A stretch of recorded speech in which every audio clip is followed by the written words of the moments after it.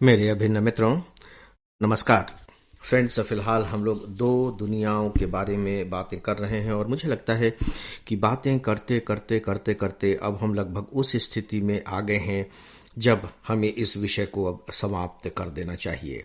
जाहिर है कि जब आप समाप्त करने के बारे में सोचते हैं तो फिर दिमाग में यही बात आती है कि फिर इसका समाधान क्या है। यानी कि हमने समस्याओं पर तो बात की, समस्याओं के कारणों पर भी बात की, तो अब कम से कम समाधान की तरफ तो कुछ ध्यान दिलाया जाए। तो आज मैं वही करने जा रहा हूं।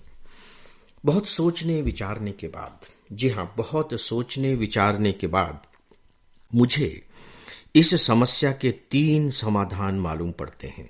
हो सकता है कि आपके दिमाग में कोई चौथा और 5वां समाधान भी हो, तो प्लीज यदि ऐसा हो तो आप जरूर मुझे बताइएगा। मैं अपने समाधानों में उसे शामिल करना चाहूंगा यदि मुझे उपयुक्त लगा तो, लेकिन बताइएगा जरूर।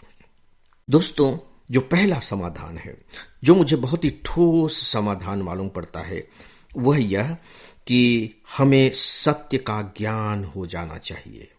और अभी तक मैंने यही कोशिश की है बताने की कि इनफैक्ट जो हमारी कल्पना की दुनिया है उसका सच क्या है और हमारी जो यथार्थ दुनिया है उसका सच क्या है। जब हम एक बार सच को जानकर, केवल जानने से ही बात नहीं बनेगी, जब हम एक बार सच को जानकर उसे स्वीकार कर लेते हैं तो समस्या शून्य हो जाती है। जी हां, समस्या खत्म हो जाती है। देखिए, भारतीय दर्शन में जिसे माया कहा गया है कि ये दुनिया माया है, झूठी है, वह है क्या? गीता में भगवान कृष्ण ने इसके बारे में बहुत अच्छी बात कही है। उन्होंने कहा है कि माया कहने का मतलब ये नहीं कि ये दुनिया झूठी है। दुनिया झूठी कैसे हो सकती है? हम उसके हिस्से हैं, हम वहां रह रहे हैं, चीजों को देख रहे हैं, महसूस कर रहे हैं। वो झूठी कैसे हो सकती है? हाँ, झूठी इस मायने में जरूर है कि जो जैसा है आप उसे वैसा नहीं समझ रहे हैं। जैसे रस्सी, काले रंग की रस्सी पड़ी हुई है तो वो रस्सी, लेकिन प्रकाश के अभाव में मैं उसे सांप मान बैठा हूं और उसके साथ सांप जैसा ही व्यवहार कर रहा हूं। तो सीधी सी बात है कि वो जो काले रंग की रस्सी है वो सांप तो नहीं है, लेकिन चूंकि मैंने सांप मान लिया है तो वो मेरे लिए सांप है। मैं उस सांप जैसा ही उससे भयभीत रहूंगा। लेकिन जैसे ही मुझे ज्ञान हो जाएगा कि नहीं, ये सांप नहीं, यह रस्सी है, तो सीधी सी बात है कि मेरा भय दूर हो जाएगा और मैं सांप समझकर उसके साथ व्यवहार करूंगा। तो यह है सत्य का ज्ञान। जो दूसरी बात है फ्रेंड्स, वह है सामंजस्य ही समाधान है।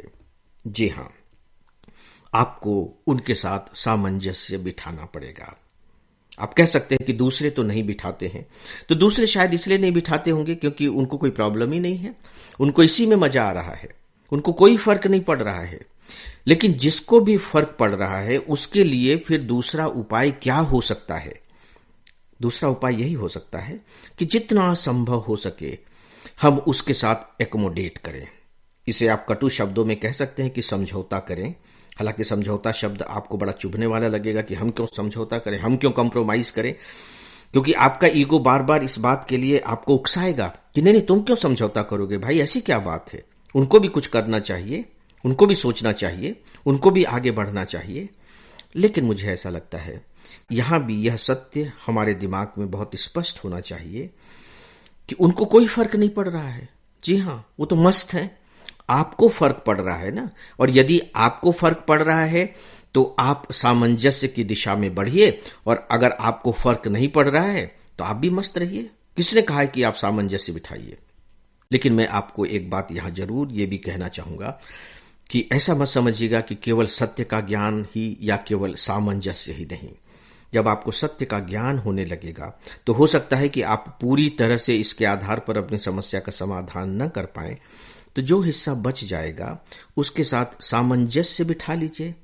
और इन दोनों उपायों के बाद भी यदि कोई समस्या शेष रह जाती है तो देखिए, प्रकृति ने हमें इन समस्याओं को झेलने के लायक, आप कह लीजिए बर्दाश्त करने के लायक तो बनाया है। चाहे वो हमारा शरीर हो, चाहे वो हमारा मस्तिष्क हो, चाहे मन हो, चाहे हृदय हो, चाहे आत्मा हो। बहुत सारी समस्याएं तो हम ऑटोमेटिक तरीके से झेल ही लेते हैं। इसीलिए हमें शून्य समस्या की उम्मीद करनी ही नहीं चाहिए। अगर हम शून्य समस्या की उम्मीद करेंगे तो अपने लिए फिर से एक नई और ऐसी भयावह समस्या को जन्म दे देंगे जिसका कोई समाधान ही नहीं होगा। और जो तीसरा है उसे सुन करके आप हंसेंगे, जी हां, आप बिल्कुल हंसेंगे। वो ये है कि अगर ये दोनों उपाय नहीं हो रहे हैं तो फिर एक ही उपाय है कि चलने दीजिए।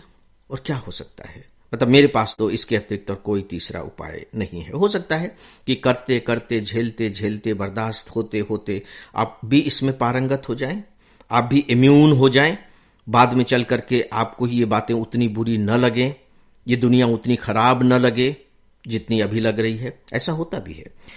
तो दोस्तों, अब इन्हीं बातों के साथ मैं इस विषय को यहीं समाप्त कर रहा हूं। कल किसी और नए विषय पर बात करेंगे। यदि आप कोई नया विषय सुझा सके तो मैं आपका आभारी रहूंगा। मुझे अनुमति दें। नमस्कार।